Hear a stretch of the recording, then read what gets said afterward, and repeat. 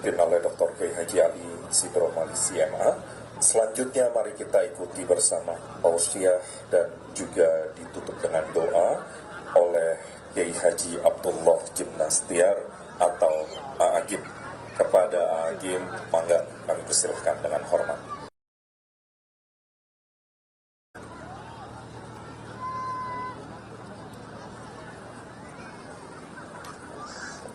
Bismillahirrahmanirrahim.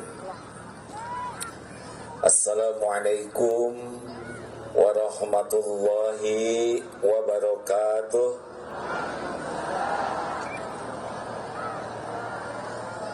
Alhamdulillahi rabbil alamin alladzi khalaqal mauta wal hayata liyabluwakum ayyukum ahsanu amala wa huwal azizul ghafur.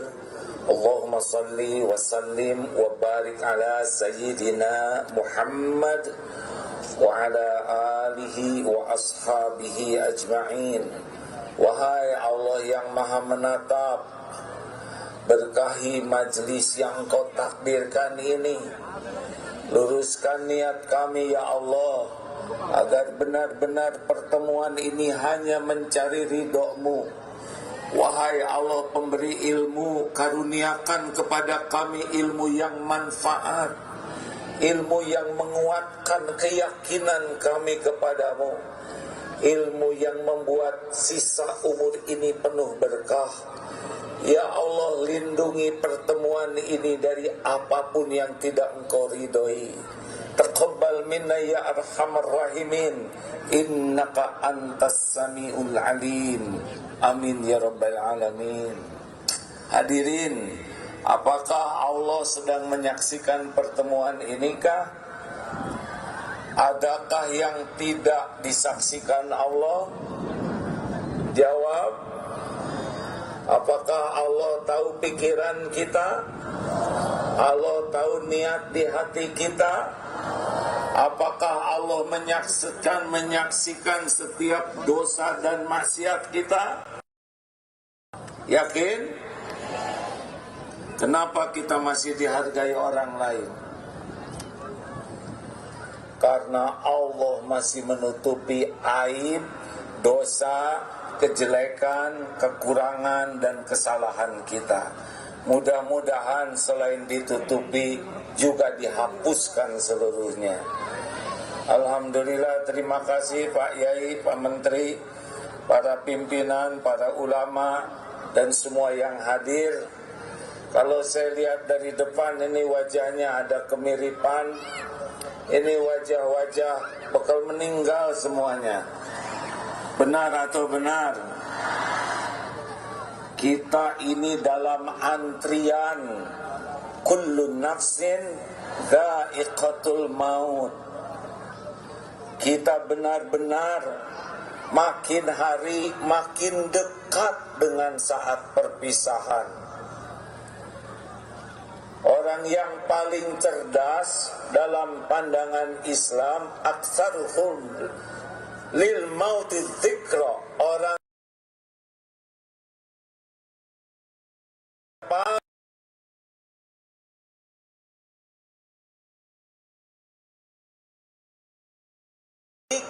siapkan untuk kehidupan sesudah mati. Itulah orang yang akyas. Makin banyak kita mengingat mati, makin bagus persiapan. Insya Allah kita akan berkualitas. Siapa yang bisa mau? Ketemuannya di depan Masjidil Haram. Kesananya masing-masing. Gimana masa saya ngongkosin, ha? Mengapa Rasulullah sallallahu alaihi wasallam diutus oleh Allah ke bumi ini? Cung, siapa yang tahu? Ini rata-rata tahu tapi rendah hati. Gimana, Bu? Pakai dalil. Ya benar, semoga ibu umrah. Udah gitu aja supaya bahagia ya. Innama bu'itstu liutammima makarimal akhlak. sesungguhnya hamba diutus ke bumi hanyalah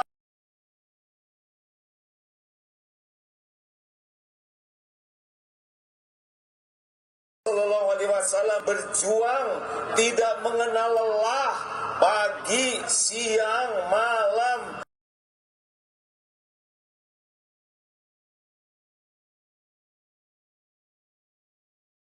Umat manusia ini berakhlakul karimah. Jadi itu yang diperjuangkan Rasulullah Sallallahu Alaihi Wasallam. Kenapa? Karena bahagia itu adanya pada akhlakul.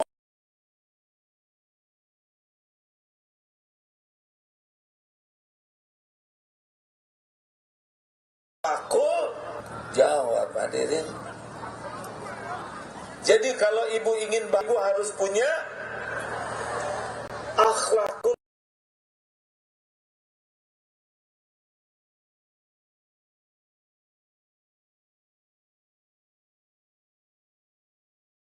Kuncinya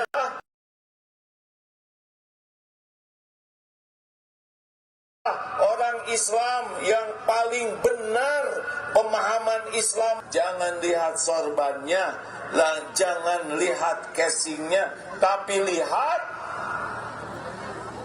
Jawab hadirin, udah malam. Kalau lihat siapa ibu-ibu yang paling bagus ibadahnya, lihat apanya? Akhlaknya. Siapa ini jamaah yang paling kuat imannya, lihat akhlaknya. Siapa ini orang yang paling tinggi ilmu agamanya, lihat. Benar, jangan lihat casingnya, tapi lihat. Alhamdulillah. Jadi kalau kita tahu apa masalah negeri kita, pasti masalahnya masalah akhlak.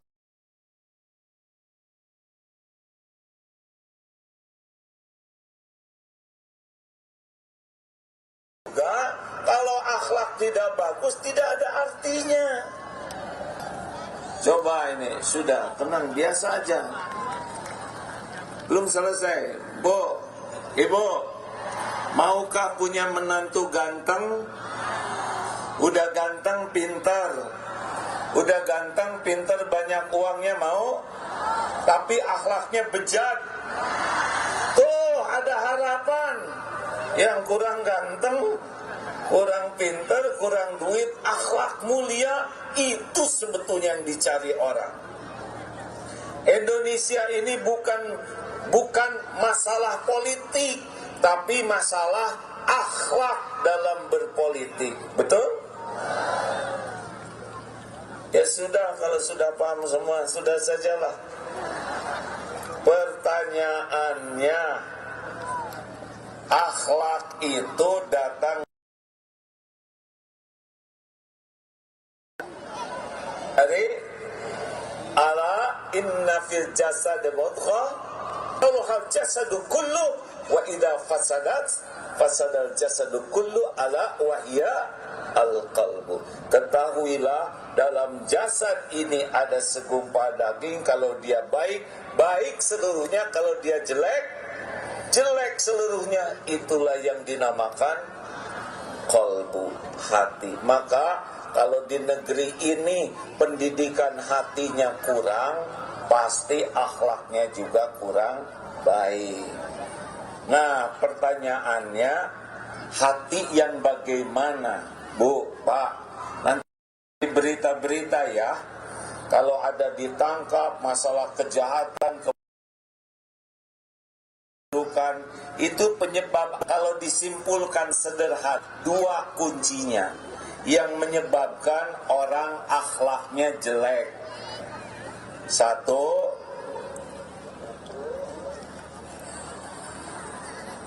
sing sabar Bu, saya lagi ceramah ya.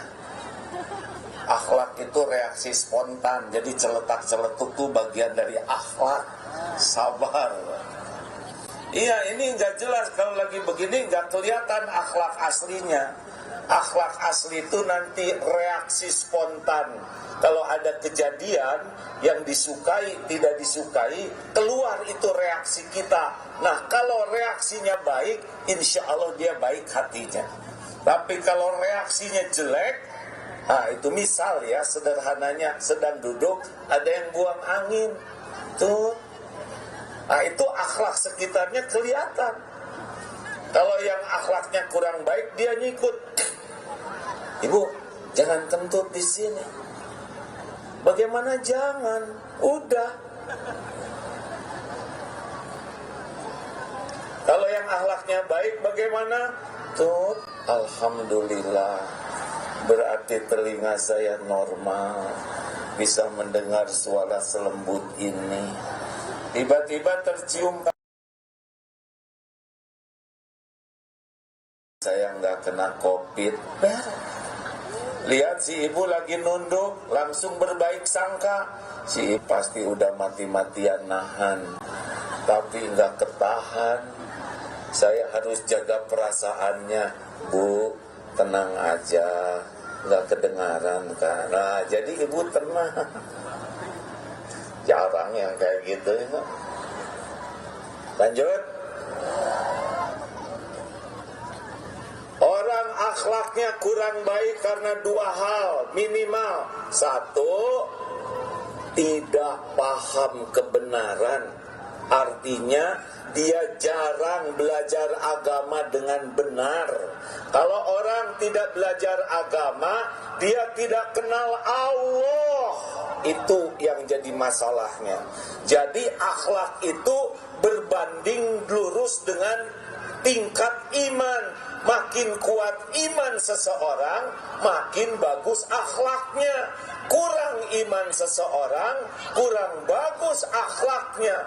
Makanya kalau pendidikan agama di rumah, di sekolah, di lingkungan kurang, dia tidak akan kenal Allah.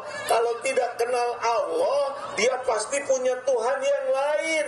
Dia akan menuhankan harta, menuhankan gelar, pangkat, jabatan, popularitas, kekayaan, penampilan, nafsu, syahwat. Lihatlah orang-orang yang punya Tuhannya, Tuhan selain Allah, hidupnya ngabdi kepada selain Allah. Akibatnya akhlaknya kurang baik.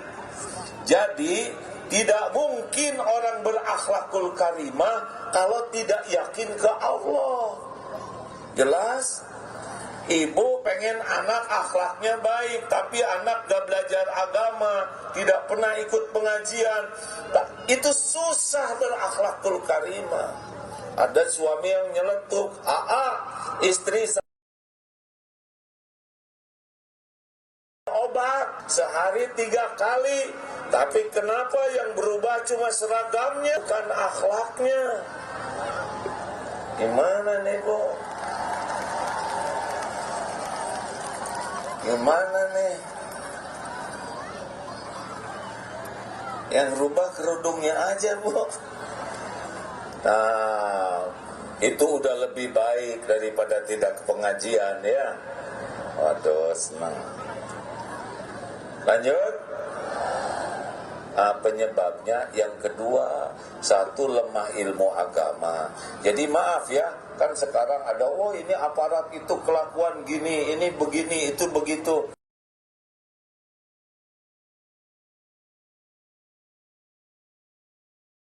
Kurang iman. Nah, yang kedua tadi lemah paham agama. Nah, penyebab yang kedua akhlak kurang baik adalah lemah jiwanya. Dia kalah oleh nafsu, dia kalah oleh syahwat, dia kalah oleh cinta dunia. Walaupun dia tahu agama, tapi kalau kalah, lihat saja berita-berita yang ada. Ketua titik-titik turun gara-gara zina, kalah oleh syahwat. Titik-titik-titik-titik borgol karena nembak, kalah oleh amarah. Keren-keren, bagus-bagus, borgol karena memeras. karena korupsi. Orang-orang yang kalah oleh nafsunya, maka rontok akhlaknya. Maka harus satu paket kalau orang ingin akhlaknya baik. Satu, belajar agamanya dengan benar, niatnya, dan yang dipelajarinya juga benar kepada orang yang benar. Dan yang kedua adalah mujahadah.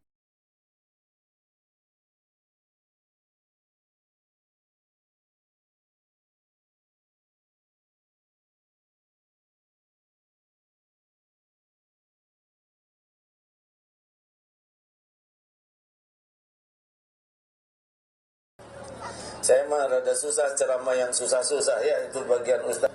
Kuncinya kalau ingin negeri ini berubah pakai rumus 3M. Mulai dari diri sendiri. 2, mulai dari hal yang kecil. Dan yang ketiga, mulai saat ini. Ulangi 3M. Dari diri sendiri. 2, dari hal yang kecil. 3, mulai. Kenapa harus mulai saat ini? Besok mungkin udah mati. Kita nggak ada jaminan besok masih hidup, benar? Kenapa dari yang kecil boro-boro melakukan yang gede? Kalau kecil aja nggak bisa. Bagaimana? Bagus. Benar? Bagaimana bisa perkataan baik, senyum aja susah? Mikir. Kenapa harus mulai dari diri sendiri? Dengarin ibu, bapak. Ibu ingin suaminya jadi baik nggak sama ibu? Gimana caranya? Dandan, gak ngepek. Ayo, bu, gimana supaya suami sayang sama ibu? Caranya sederhana. Caranya adalah ibu harus jadi orang yang disukai Allah. Ibu nggak usah terlalu cintalah sama suami ibu. Suami ibu tuh termasuk makhluk yang nggak bisa diharapkan. Boro-boro ngebahagiakan istrinya, ngebahagiakan diri sendiri aja susah, benar pak? Ngaku, bapak ngaku. Ini kan wajah susah bahagia. Bu, mulai dari diri sendiri. Ibu ingin suami ramah, ibu yang ramah. Ibu ingin suami sopan, ibu yang sopan. Sama bapak-bapak juga. Cuman saya nggak lihat objeknya nih, bapak-bapak di mana nih? Pak, nggak ada, bangsa saya ada tidak? Ada? Udah saya ini aja sasarannya yang gampang. Ayo, Aki. Ini duduk di sini nih, maaf ya. Ini nggak asli akhlak kita pak. Karena ini dilihat orang banyak lagi style soleh nih sekarang. Lagi ditahan ini ya kan. Tahu nggak akhlak kita yang aslinya di mana lelaki? Tahu tidak di mana? Di rumah. Kalau lelaki baik di kantor, itu mah rada berkaitan dengan penilaian atasan. Baik di masjid itu juga berkaitan penilaian jamaah. Baik asli itu di rumah. Diam bu, ini urusan saya dengan lelaki. Bukan akhlak ya, ikut campur terus. Pak dengerin pak, bapak mau tahu tidak nih? Latihan akhlak yang terbaik itu adalah di rumah. Karena di rumah nggak ada yang menilai. Jadi kalau seorang lelaki di rumah baik ke istrinya, baik ke anaknya, khairukum li ahlihi, maka di mana-mana insya Allah laki-laki itu baik. Oh, kenapa jadi melotot gini bapak? Ya udah. Masa keluar ramah di rumah nggak baik, maka mulailah dari diri sendiri. Ingin anak sopan, orang tua dulu yang sopan. Ingin anak jujur, kita dulu yang jujur. Apa yang harus dilakukan dari 3M ini? Inilah mudah-mudahan jadi bekal riado kita. Namanya 3 sa. Ulangi. Ini latihannya ya. Yang pertama, saya aman bagimu. Ulangi. Sekali lagi. Yang mantap. Ya Rasulullah, siapakah orang muslim yang paling utama? Al-muslimu man salimal muslimuna min lisanihi wa yadi. Bapak ibu ingin dapat surga tertinggi, itu orang yang paling mulia akhlaknya. Amalan timbangan terberat di akhirat itu timbangan akhlak. Dan cirinya adalah al-muslimu man salimal muslimuna min lisani wa yadi. Yang pertama adalah jangan ganggu siapapun. Jaga lisan, jaga tulisan, jaga perbuatan. Jangan merugikan siapapun. Itu rumus dasar akhlak. Gak ada gunanya udah mau umroh, haji, sedekah, tapi dia kerjanya menzolimi orang lain. Ada gunanya tapi muflis, bangkrut. Tahu bangkrut? Dia sholat, dia saum, dia sedekah, dia ngaji, dia umroh, tapi dia nyakitin orang. Tiap nyakitin orang, pahala kita diberikan kepada orang tersebut, dan dosa orang yang disakiti akan dipikul di akhirat nanti, bangkrut.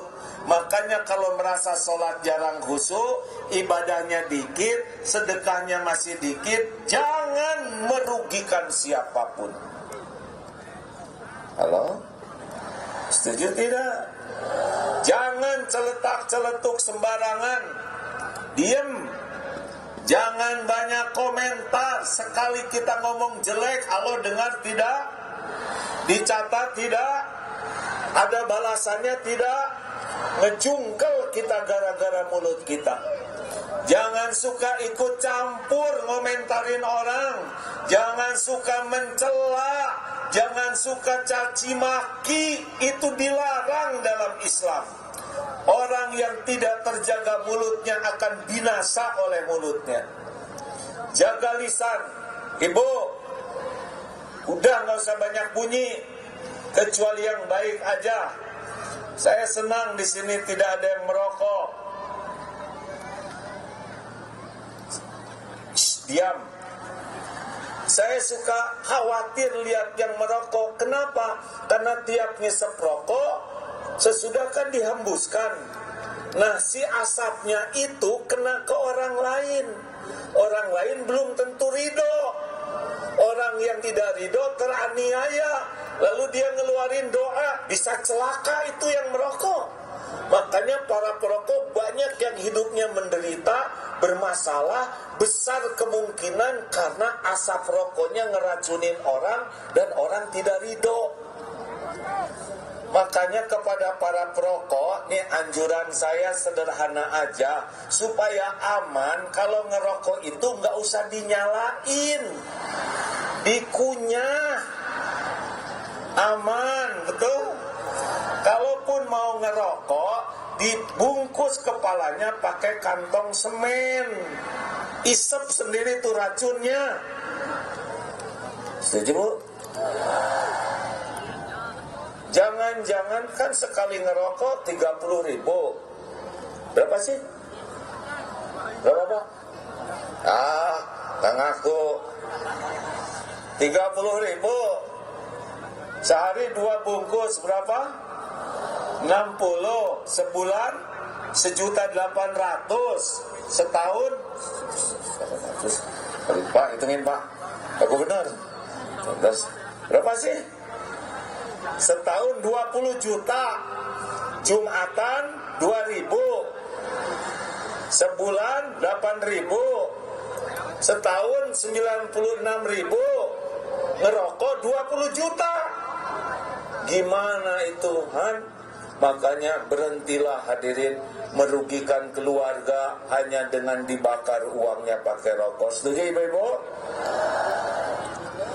2. Udah gak usah tepuk tangan. Lanjutkan. Jangan buang sampah sembarangan. Ini kalau nanti pulang dari sini buang sampah, zolim. Karena tiap sampah itu ada tempatnya. TSP, tahan dari buang sampah sembarangan. Simpan sampah pada tempatnya. Pungut sampah adalah sedekah. Jakarta bersih, nggak usah rewel. Betul? Setuju Pak Gub? Jangan sembarangan loh Bu, Pak. Kita buang sampah bisa jadi musibah buat kita. Apalagi buang puntung. Pokoknya yang pertama yang mantap, saya aman bagimu. Jangan nyetel lagu kekerasan. Masjid-masjid juga nih, bentar lagi Ramadan ya. Jam 2 udah bunyi sahur. Wah, itu zolim. Banyak tetangga yang lagi sakit. Ada tetangga yang baru punya bayi. Bagaimana mungkin masjid menzolimi tetangganya? Setuju? 2. Saya menyenangkan bagimu. Ulangi. Sekali lagi. 1 apa? Pokoknya mah nggak ada tetangga yang terganggu, nggak ada penumpang yang terganggu, nggak ada orang lain. Di mana kita ada, orang lain aman. Itu ciri akhlak yang pertama dan utama. Yang kedua, di mana kita ada, orang senang. Tahukah amalan yang paling dicintai Allah apa? Di antara amal yang paling dicintai Allah, memasukkan kebahagiaan ke hati orang lain.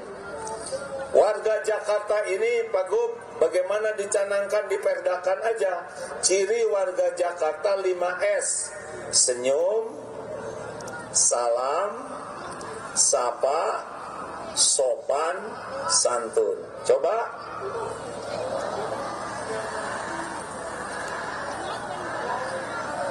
Saya pernah lihat nenek-nenek, maaf ya Nek, udah tua, ompong, senyum manis.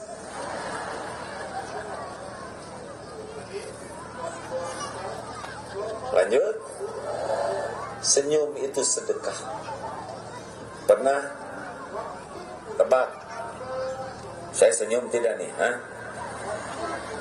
Bagaimana sekarang?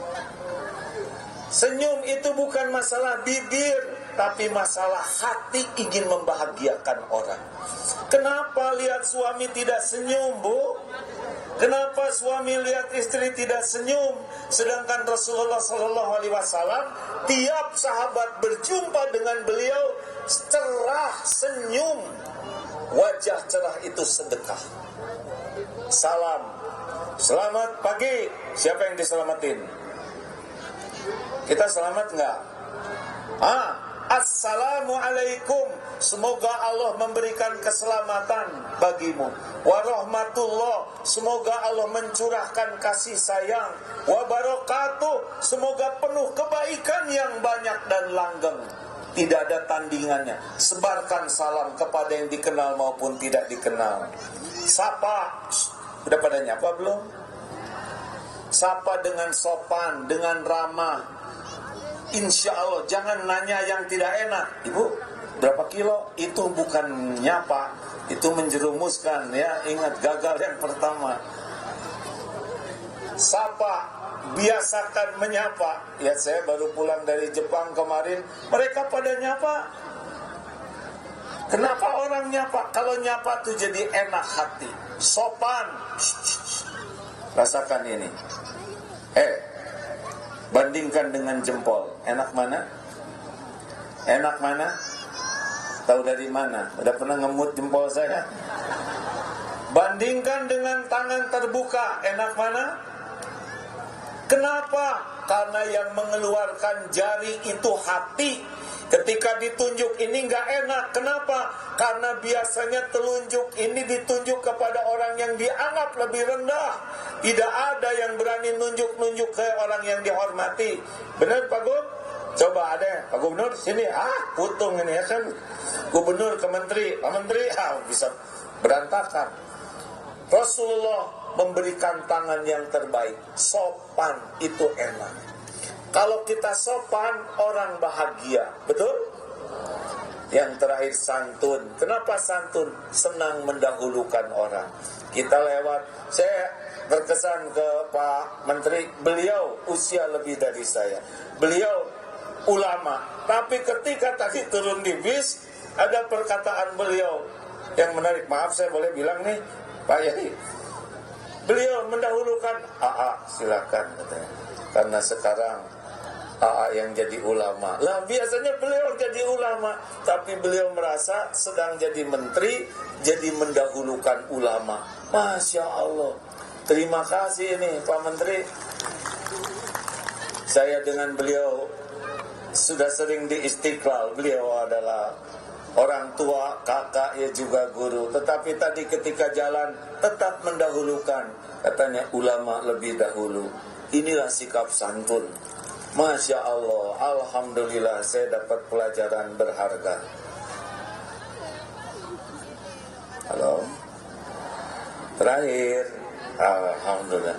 Udah waktunya bobo, nggak boleh, harus cepat bobo. Ya. Penutup, saya satu apa? Saya aman bagimu, janji ya, nggak merugikan siapapun. Jangan ada komen jelek. 2, saya menyenangkan bagimu, amalkan 5S. Senyum, salam, sapa, sopan, santun. Dan yang terakhir, gongnya akhlakul karimah, saya bermanfaat bagimu. Ulangi. Yang mantap. Khairun nas anfa'uhum linnas. Kenapa kita sekolah? Supaya ilmunya banyak. Kenapa ilmunya banyak? Supaya manfaatnya banyak. Kenapa kita cari rezeki yang banyak? Supaya banyak sedekahnya. Goalnya, suksesnya seseorang bukan dari apa yang dia dapatkan. Suksesnya seorang Islam dari apa yang bisa dia berikan. Maka dimanapun kita berada, manfaat. Lihat sampah, pungut. Ada orang lagi mau nyebrang, bantu. Masuk ke toilet, ada peninggalan orang yang berkesan, siram, gak usah diposting. Pokoknya di mana kita ada, seperti matahari hanya memberi, tak harap kembali. Atau seperti jantung, berdetak tiap saat, berdegup tiap waktu, terus memberikan yang terbaik, tidak pernah sibuk menonjol-nonjolkan diri. Karena yang suka sibuk menonjolkan diri itu ambeien, sakit. Kita sibuk berbuat bukan untuk dipuji. Setuju? Dan kita melakukan 3 sa ini adalah ibadah kita kepada Allah Subhanahu wa Ta'ala. Kuncinya lakukan dan lupakan.